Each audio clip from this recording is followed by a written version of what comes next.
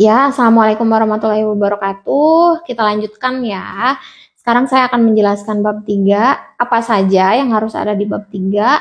Sebetulnya secara teknis penulisan bab 3 itu ya sama saja seperti bab 2 begitu ya. Dari sisi kalimat harus efektif. Apabila kalian merujuk sesuatu ya untuk dijadikan argumen ya harus kalian beridentitas gitu ya, nama penulis, tahunnya seperti itu kalau kalian pakai studi pustaka. Kemudian dari sisi teknis penulisan harus efektif sama dengan bab 1 bab 2. Tapi yang sering terjadi di bab 3 adalah mahasiswa sibuk, kalian kan peneliti ya, peneliti sibuk membahas data gitu ya. Padahal sebetulnya yang harus kalian fokuskan di bab 3 adalah menjawab rumusan masalah. Jadi bukan mempreteli data gitu ya, tapi membuat data membuat kalau kalian pakai kuesioner lah ya contohnya, membuat hasil kuesioner itu menjadi data yang menjawab rumusan masalah, bukan dipreteli satu-satu. Misalnya ada pertanyaan ya tidak gitu ya. Pertanyaannya tuh ya tidak, tapi banyak soalnya di kuesioner dan kalian munculkan keseluruhan. Itu bertele-tele sekali ya, dan itu tidak efektif dalam representasi dari bab 3. Bab 3 itu tempat kalian menjawab rumusan masalah, itu poin utamanya. Jadi pastikan rumusan masalah sudah diubah kalimatnya menjadi subbab di bab 3. Dan terus-terusan harus fokus, ya kalian tuh harus fokus pada jawaban atas itu. Jangan sampai, ya udah memang ada sih gitu. Ada sih rumusan masalah itu ada jadi judul subbab ya, maksudnya diubah kalimatnya, tentu saja tidak menjadi kalimatannya lagi, tapi nggak ada gitu relasi tiap paragraf itu untuk menjawab itu. Jangan sampai seperti itu juga. Saya akan mengecek gitu ya, melihat, memastikan bahwa subbab kamu tuh terjawab nggak di paragraf akhir subbab tersebut gitu. Kalau kamu punya subbab 1, lalu subbabnya ada 3 misalnya ya, sesuatu yang kalian argumentasikan akan menjawab rumusan masalah tersebut yang jadi subbab, di bagian akhirnya tuh ngejawab nggak gitu ya, atau malah lari ke sana kemari. Kenapa? Karena sibuk karena sibuk membahas sesuatu yang tadi dipreteli di kuesioner, padahal sebetulnya tidak secara langsung menjawab rumusan masalah. Itu yang fatal. Jadi kalian itu menghambur-hamburkan halaman tapi nggak ngejawab rumusan masalah, itu tidak boleh. Kemudian ya jangan tiba-tiba memunculkan grafik, tabel di awal paragraf gitu. Jadi tiba-tiba ada subbab, jeng-jeng aja tabel gitu. Tidak boleh. Kenapa? Karena tabel, gambar, diagram adalah ilustrasi. Fungsi ilustrasi untuk apa? Untuk menguatkan argumentasi.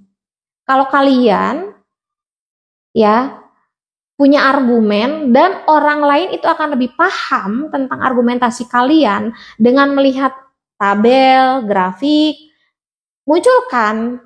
Tapi kalau orang tuh nggak baca tabel, nggak baca grafik, udah paham dengan apa yang kalian sampaikan, ya udah tidak perlu ada ilustrasi gitu.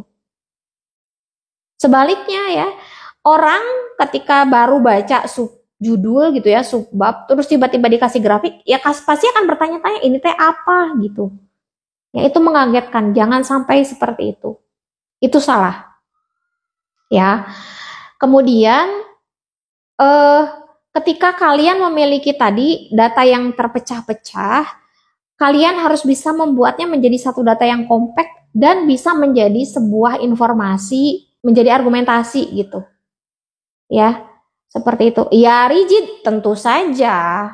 Ribet tentu saja, karena kalian sedang berlatih untuk membuat karya ilmiah. Kalian berlatih untuk membuat sebuah representasi data yang menyelesaikan sebuah masalah. Tentu ribet. Kalau nggak ribet, ya bukan menulis karya ilmiah. Kopas aja gitu. Disinilah daya kreatif kalian dimunculkan gitu, bukan dipertaruhkan ya, tapi lebih ke dilatih ya. Itu fungsinya berkelompok. Kalian pasti harus bertukar pikiran gitu, gimana caranya data yang detail ini menjadi sebuah data yang kompak dan menjadi informasi baru. Informasi barunya itu menjadi solusi atas masalah yang sedang kalian ajukan, menjadi argumentasi yang menjawab pertanyaan di rumusan masalah. Itu yang penting. Ya. Kalau ada 2 rumusan masalah, berarti ya usahakan ada 2 subbab gitu. Kita masuk ke ini ya, kita masuk ke simpulan dan saran. Nah, karena tadi ya, karena setiap subbab itu diusahakan adalah berisi rumusan masalah gitu ya, berisi jawaban atas rumusan masalah, saya selalu menyarankan kalian untuk di bagian akhir, di paragraf paling akhir, kalian juga harus menyimpulkan gitu ya, jawaban atas rumusan masalah tersebut apa. Lalu di subbab berikutnya, jawaban atas rumusan masalah tersebut apa. Nah, itu akan memudahkan kalian untuk membuat simpulan.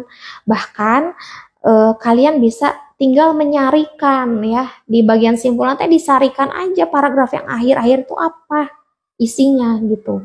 Tinggal dipindahkan ke bab 4. Jadi bab 4 itu sangat singkat. Begitu. Saran isinya apa? Saran isinya 2 kemungkinan. Pertama, saran penelitian lanjutan dari penelitian kalian ya. Kalau ada sesuatu yang perlu diimprove apa gitu ya untuk peneliti berikutnya yang tertarik dengan tema kalian.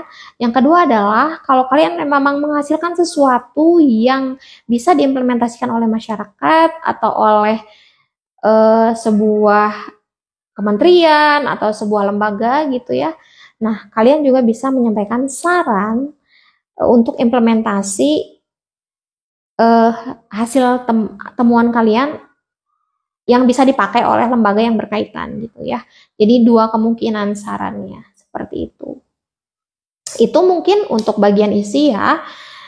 Wassalamualaikum warahmatullahi wabarakatuh.